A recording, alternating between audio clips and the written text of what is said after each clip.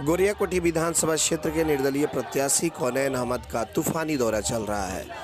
कौनैन अहमद युवाओं की टीम को लेकर के लगातार जनसंपर्क में लगे हुए हैं और लोगों से अपने पक्ष में वोट देने की अपील भी कर रहे हैं। बताते चले कि कौनैन अहमद का आरजेडी से टिकट मिलना तय था, जैसे कि कौनैन अहमद का कहना है, लेकिन ऐन वक्त पर टिकट काट दिया गया, जिसको लेकर के राजद के बागी के तौर पर कौनैन अहमद जनता के बीच उतर पड़े हैं।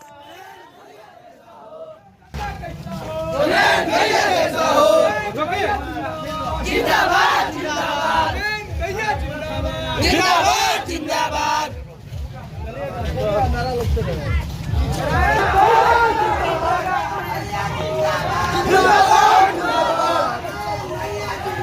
तेरे पीछे सारा जमाना,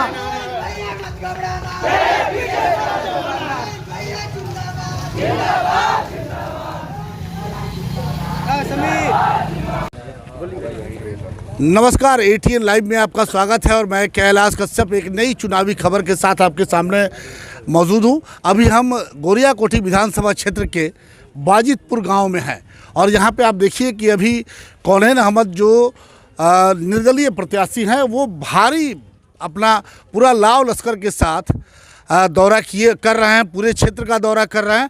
बाजितपुर में इनसे भेंट मुलाकात हुई है। कौनैन साहब, कैसा चल रहा है ये आपका दौरा? बहुत अच्छा। जितना तारीफ़ किया जाए उतना ही कम है। थकावट इतना हो रहा है, उसके बावजूद भी लोगों को देख के थकावट खत्म हो जा रहा है। क्योंकि बताइए, समर्थन मिल रहा है। ये सब लोग सुबह से लेकर रात तक मेहनत कर रहे हैं, फिर हम कैसे थकेंगे? कौनैन साहब, बिहार का चुनाव हो रहा है और बात कहीं और की हो रही है।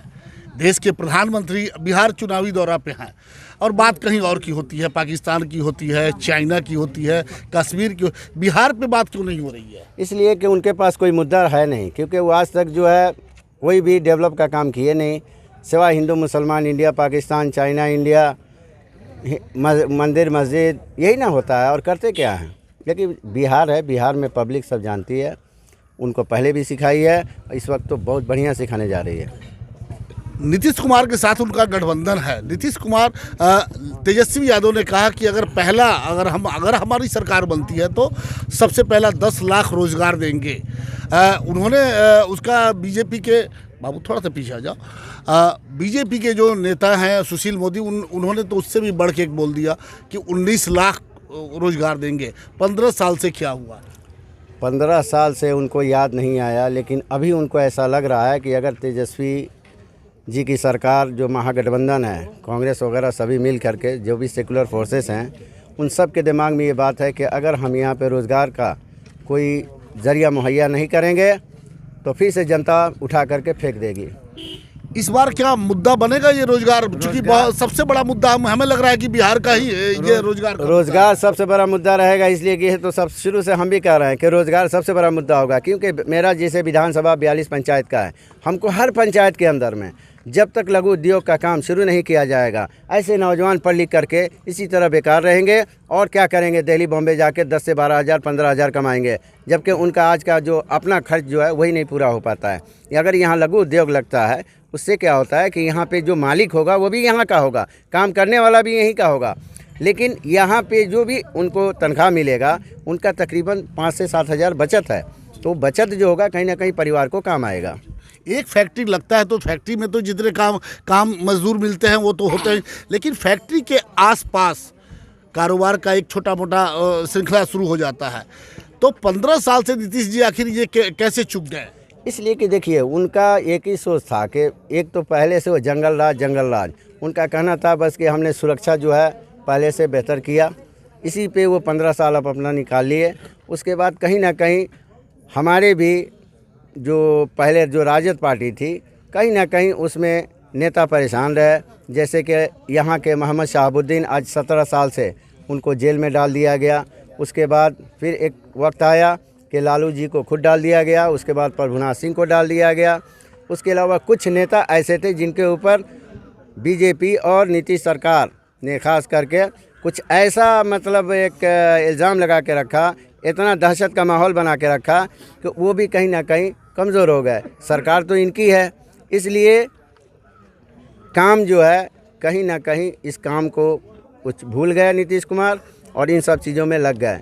आप निर्दलीय चुनाव लड़ रहे हैं, इतना बड़ा काफिला आप लेकर के घूम रहे हैं, अगर चुनाव जीत जाते हैं तो क्या करेंगे, किसको सपोर्ट करेंगे?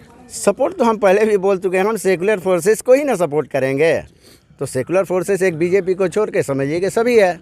उसके बाद ये जनता है, जनता निर्दलीय जिताएगी तो जनता से हम पूछेंगे कि भैया आप बताइए हम करें क्या, और जनता जो निर्णय लेगी वो सर आंखों पे।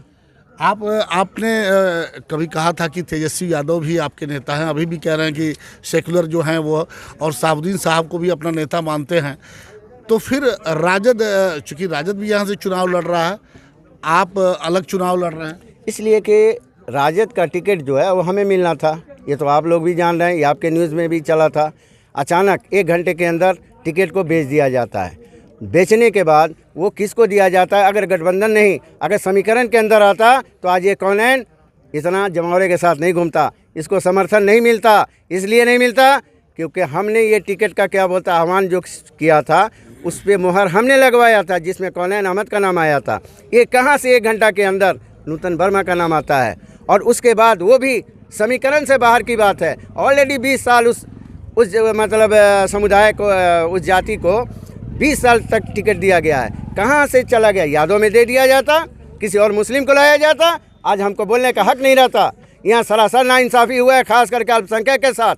इसलिए हमको वो भी सिखाना है उनको कि अगर हमको भूलोगे तो तुमको हम लोग भूल जाएंगे। हमारा नेता कैसा हो, हमारा नेता कैसा हो।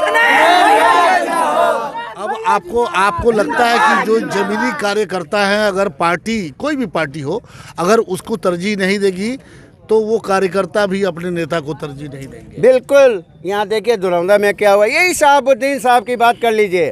पहली बार जो चुनाव जीते थे निर्दलीय जीते थे, हमारे इसी विधानसभा के मोहन बाबू निर्दलीय जीते थे।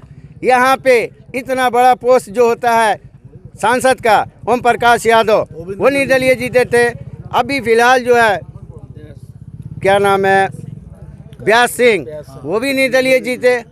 फिर हम क्यों नहीं? इसका मतलब ये माना जाए कि सिवान को निर्दलीय बहुत अच्छा लगता है। बिल्कुल, इसलिए कि यहाँ पहले राजद के काफ़ी समर्थक हुआ करते थे। इस सारण कमिश्नरी जो था 28 में से 20 तक चला जाता था राजद को, आज वो अब नहीं रहा। आखिर वजह क्या है? क्योंकि वो अपने पुराने कार्यकर्ता को ध्यान नहीं देते हैं, जिसकी वजह से राजद आज कमज़ोर हो गई। और उसी का नतीजा है कि आज देखिए अल्पसंख्यक को एक भी सीट नहीं है, एक भी सीट अल्पसंख्यक को नहीं मिला। आखिर इसका कारण क्या है?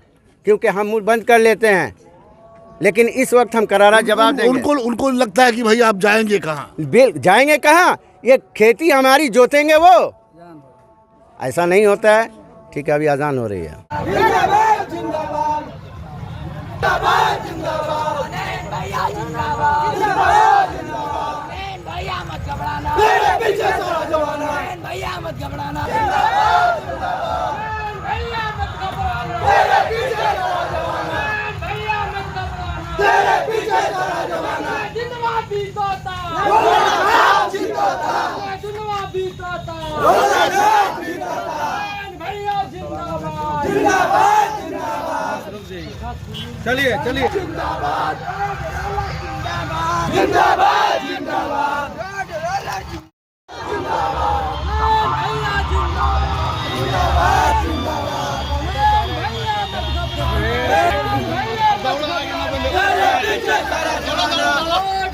जिंदाबाद जिंदाबाद भैया जिंदाबाद जिंदाबाद जिंदाबाद।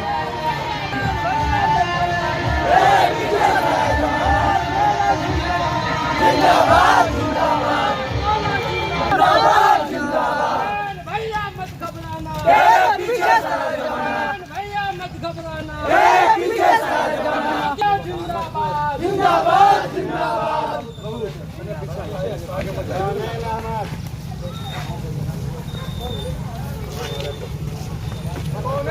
भैया जिंदाबाद जिंदाबाद जिंदाबाद भैया जिंदाबाद।